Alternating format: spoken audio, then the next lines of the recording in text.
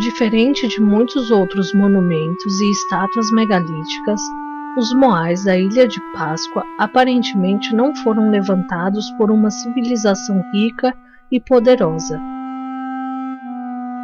Então, de que forma e por que o povo dessa solitária ilha decidiu deixar a sua marca imortal em pedra, tal como fizeram outras culturas antigas?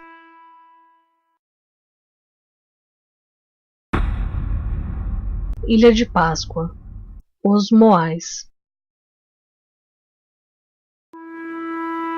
A Ilha de Páscoa situa-se na Polinésia Oriental, no Oceano Pacífico. Atualmente é uma província chilena e fica a uma distância de aproximadamente 3.700 quilômetros da costa do Chile. É um dos lugares habitados mais isolados do mundo, por isso seus habitantes a chamam de o umbigo do mundo.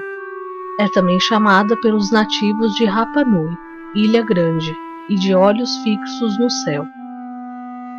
O nome Ilha de Páscoa foi dado pelo explorador Jacob Roggeveen, quando ele a avistou num domingo de Páscoa em 5 de abril de 1722. Ainda não há consenso sobre a data da primeira colonização da ilha. Algumas pesquisas mais recentes afirmam que a colônia se estabeleceu entre o ano 700 e 1100 depois de Cristo. Outra já diz que foi por volta do ano 1200 depois de Cristo. A história dessa solitária ilha envolve guerras, canibalismo, epidemias, períodos de fome, escravidão, tentativas de colonização e quedas significativas da população em algumas ocasiões. Mas o que realmente chamou a atenção do mundo foram essas singulares esculturas. Os Moais. Os moais são essas estátuas monolíticas de expressão enigmática. As cabeças são de tamanho desproporcional ao corpo e por isso são frequentemente chamados de as cabeças da Ilha de Páscoa, e também pelo fato de que até 1950 a maioria dos moais estavam caídos ou enterrados até a altura dos ombros. Estima-se que os moais foram feitos entre os anos de 1250 e 1500 depois de Cristo. No total, são 887 estátuas feitas de rochas vulcânicas vindas da cratera de Rano Haraku. As estátuas têm os traços do rosto bem marcados. Elas têm orelhas longas, nariz comprido e olhos profundos. Há pesquisas que indicam que a profundidade das órbitas oculares foram feitas justamente para abrigar olhos de coral branco e pupilas de obsidiana ou escória vermelha. Em alguns moais, os olhos foram recriados. Em apenas um moai chamado Tucuturi é possível ver as pernas. Ele está ajoelhado e o formato de sua cabeça difere dos outros. Acredita-se que ele tenha sido feito depois que a produção dos moais se encerrou e que representa um cantor de rituais. Alguns moais têm em sua cabeça o pucal, que representa um topete vermelho. A cor vermelha é considerada uma cor sagrada na Polinésia e a adição do pucal sugere algum tipo de status religioso. Os tamanhos dos moais são muito variados, mas eles medem, em média, 4 metros de altura, cerca de 1,60 m de largura na base e em torno de 13,8 toneladas. O maior moai erigido chama-se Paro, com quase 10 metros de altura e pesando 82 toneladas. O seu pucal ainda adiciona em torno de 1,60 m na altura e mais 12 toneladas ao moai. No entanto, o mais pesado é menor em altura, porém mais denso, e pesa 86 toneladas. Ainda existe um moai incompleto que, se fosse terminado, teria 21 metros e pesaria 270 toneladas. Existem várias especulações sobre o significado das estátuas. Muitos arqueólogos sugerem que elas eram símbolos de autoridade e poder, bem como da religião e da política. Porém, elas não eram somente símbolos. Para as pessoas que as erigiram, elas eram repositórios de espíritos sagrados. Eles acreditavam que os moais eram animados por uma essência espiritual chamada mana, que fazia as estátuas se moverem sozinhas pela ilha. Acredita-se que as estátuas representam ancestrais dos antigos polinésios. Elas ficam viradas de costas para o mar, olhando para as vilas como se as vigiassem, com exceção dessas 7 que olham para o mar como que para ajudar os navegantes a achar a ilha. Além do significado, outra questão desperta o mistério em torno dos habitantes de pedra da Ilha de Páscoa: o transporte dos moais.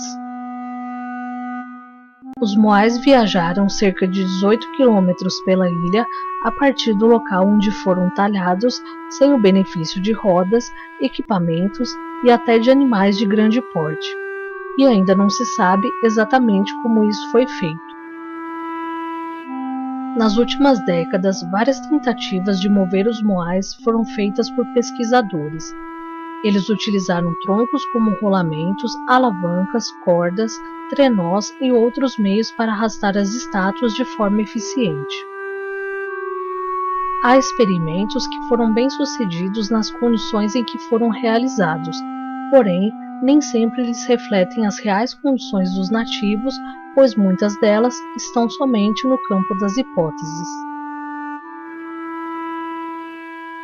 Uma tentativa recente de mover as estátuas foi feita em 2012 por um pesquisador em parceria com a National Geographic e sugere que as estátuas poderiam caminhar como alegaram o povo Rapa Nui. O estudo foi feito com uma réplica de aproximadamente 3 metros de altura e 5 toneladas, e eles conseguiram mover o moai por algumas centenas de metros. Existe uma dúvida relacionada ao uso de troncos para o transporte dos moais. Quando se deu a primeira visita de navegantes europeus, verificou-se que não havia mais árvores na ilha, o que gerou mais dúvidas sobre como os moais teriam sido movidos. Mas ainda não se sabe se as árvores se esgotaram em função dos moais ou por algum outro motivo. Outro fato a se considerar é de que quando os europeus chegaram à ilha em 1722, estima-se que a população total era de 2.000 a 3.000 pessoas.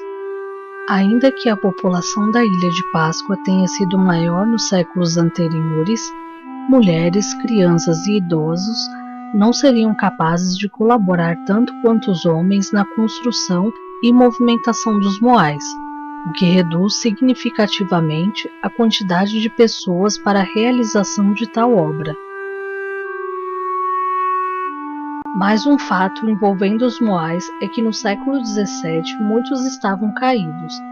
Pesquisadores acreditam que a escassez de árvores levou à consequente falta de alimento e ao colapso da civilização, tornando-os vulneráveis a tribos inimigas que derrubaram muitas estátuas.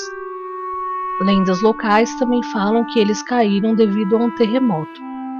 Cerca de 50 moais foram reerguidos até agora. Alguns moais foram movidos da Ilha de Páscoa para diversas partes do mundo. Um dos mais conhecidos é o Roa Hakananaya, que está no Museu Britânico de Londres. Os entalhes nas suas costas estão relacionados com o culto ao chamado Homem-Pássaro. Atualmente, a Ilha de Páscoa recebe milhares de visitantes por ano e o turismo alimenta a economia local. Em 1995, a Unesco nomeou a Ilha de Páscoa como Patrimônio Mundial. Já em 2005, os moais concorreram às novas 7 maravilhas do mundo, porém ficaram em 8º lugar quando a lista dos vencedores foi divulgada em 2007. Os habitantes da Ilha de Páscoa perderam a sua identidade com o tempo. Porém, algumas lendas sobreviveram e deixaram alguma explicação de como as estátuas chegaram ao seu ponto final. A tradição oral do povo Rapa Nui conta que um rei da ilha chamou pelos deuses e ordenou que as estátuas caminhassem até o seu destino.